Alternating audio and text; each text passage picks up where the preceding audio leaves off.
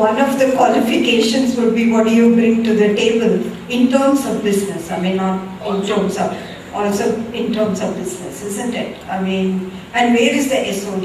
Like, separation of duty is kind of like you said, was clashed here. I mean, I think if you are asking that person to be an independent director only because they can get you these multi-million-dollar contracts, which you otherwise would not have got, perhaps you should give him a job. Maybe you should be your head of sales. It seems to me like it's your head of sales has to quit. Because you need this person to get you the contracts. And how difficult is that? It just seems so obvious. And it is can I add to that something? Yes, sir. Yeah. And it is one thing to have that expectation, but to link the compensation to that expectation is that is an issue. See, let me tell you first. Yeah, thanks very much. Yeah. I'll answer that as well. See, the issue is that when you're on the board, first remember you are a director of the board. Independent or nominated XYZ, forget it. Yeah. You are a director there. You are responsible for the running of the company, profitability of the company, everything. Okay. The second part of the independent part, that's a responsibility to give it to an independent director. But as an independent director in companies, when I see an opportunity, I heard of an opportunity somewhere, it's going to be good for the company, I will immediately call up the MD of the company and tell him, okay, this is going. Why don't we code for that? Yeah.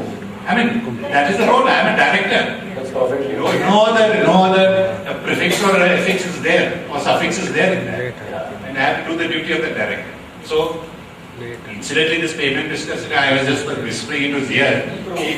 If I was in that company where they give me different remuneration, different people, and I would raise my voice on it, saying what nonsense is this. Sir, if that remuneration is paid, would you not say yes? Extra? No, I will not take extra. I will not take that. So why I picked that point is because of the disproportionate remuneration which he got in, which is, does disproportionate remuneration exist? Yes. Because we did a study on remuneration of independent directors and we found that. I would like to sort of put it in perspective. I'm just putting it to anybody who can answer this. A company wants me to be independent director and then they offer me something which is completely above the market, something like, a sitting fee within the statutory limits, but then they will say that at the end of the year, we will make sure that you will get 5 lakhs of rupees or whatever. The idea is that there is a fear of losing the position and therefore there is a fear of losing that opportunity to earn money, which will then make me hesitate to express my views openly. That's why I said, does disproportionate remuneration drown the voice of conscience? That was the question that I had. And to that I said the answer is yes. Yeah. Because you take something extra, you're going to play the CEO's side, and then you're not really going to contribute. That is there. But the other side which I am trying to tell you is, does disproportionate remuneration exist? Answer is yes. Why it exists? Again, it's a thing that you can keep going. Yes.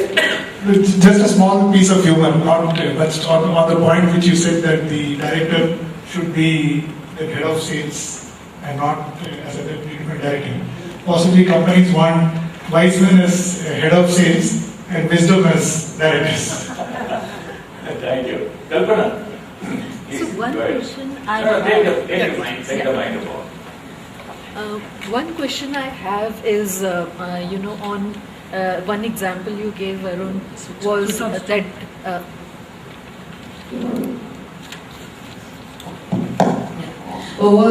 that you got onto the board and after a while, you kind of decided to resign. And we see a lot of examples in the media, in some of the companies, the independent directors, they resign, like ILN and FS.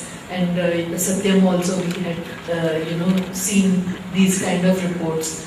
Now, Mr. Sundaresan, you did mention that there are responsibilities of directors even when they resign, right?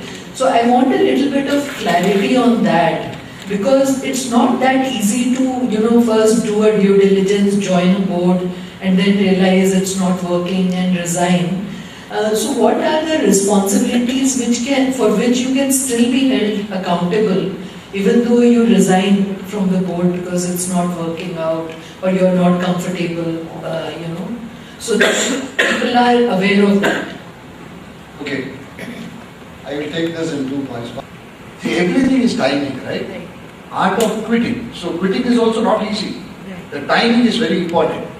To just give you a small clarification, ILFs, they did not quit. They were removed. Disbanded, which is, it's an insult. To the entire, that team, they have of course now moved Supreme Court and all that. That's a different story. But they did a satya, which means the moment you are found incompetent, the government steps in and then they remove you from the, or through an order, government. Now to come to the point on the liability, which is, okay, take that ILFS case itself. Are the directors liable today? No. They are liable till the point that NCLT order came. Now, the new board which was constituted, which is the Uday Kotak and group, are they liable for the past misdeeds? No. Their liability clocks in from the time they were appointed. Now there is a different angle to that, which is like the Satya. There is something like a holiday period for the liability also, which the government can choose to give, which is up to 6 months, no agency can arrest the existing directors. So there are 3 things. One is the existing board liability ceases, which is the ILFS case, on the day they were removed. The new board are not liable for the acts of the previous thing. Plus they get something called an immunization, which is, see, Provident Fund would have got delayed, etc., etc. So today what will happen is the Provident Fund will go after the current directors. So in this case, they always get a 6-month window, which is called the immunization window, where you cannot arrest any of this. That's how the whole liability concept works as far as the director is concerned. And just to give one more thing, you raised the point of responsibility. Now, please understand whether it is disproportionate remuneration or not. And to take a cue from what Arun said, the moment you are appointed as a director, you are a director. Now, that director cannot run away from obligation, responsibility or duty.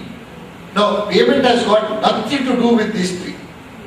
These 3 run parallel, which is again fiduciary duty and etc., which is running into your system because you are a director, not because you are an independent director or any. That you should please remember. Remuneration has got nothing to do with this. Yes, Vidya. I think, the simplest way to look at it is any acts that you've taken as a director, that obligation continues. Even if you resign, right? Which is what it's almost comical, right? Which is what you see, that if the company very often will report a financial irregularity, right? So there's a fraud, right? So money is missing. I mean, you look at Amrapali now. I mean, every day they're in the news. I mean, I really like the decisions that are coming out of the Amrapali case.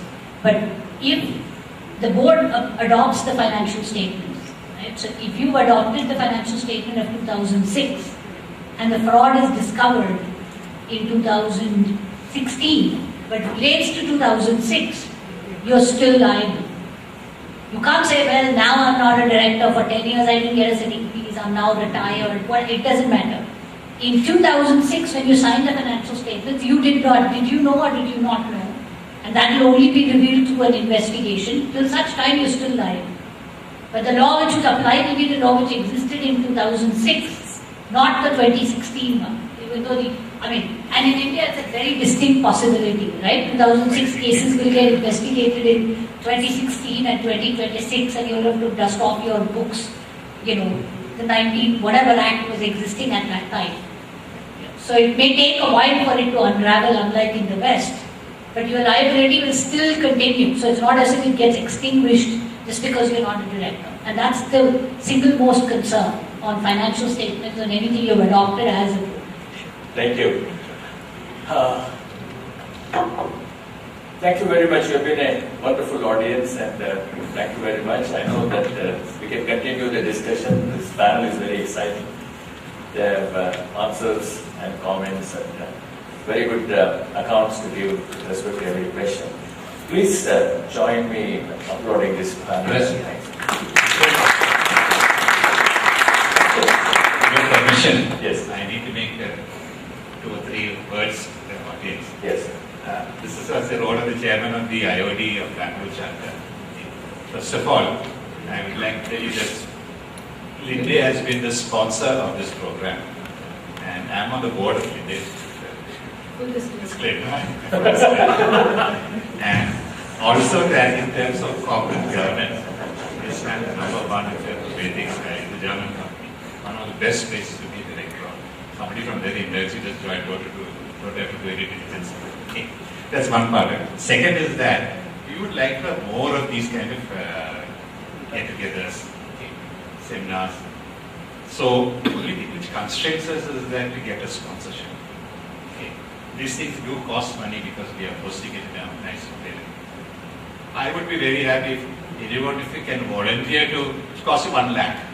Okay. If any one of you can convince your company to sponsor the next event, probably 3 months from now, we can do it 4 in a year, we will be very happy. The rest of it we'll organize.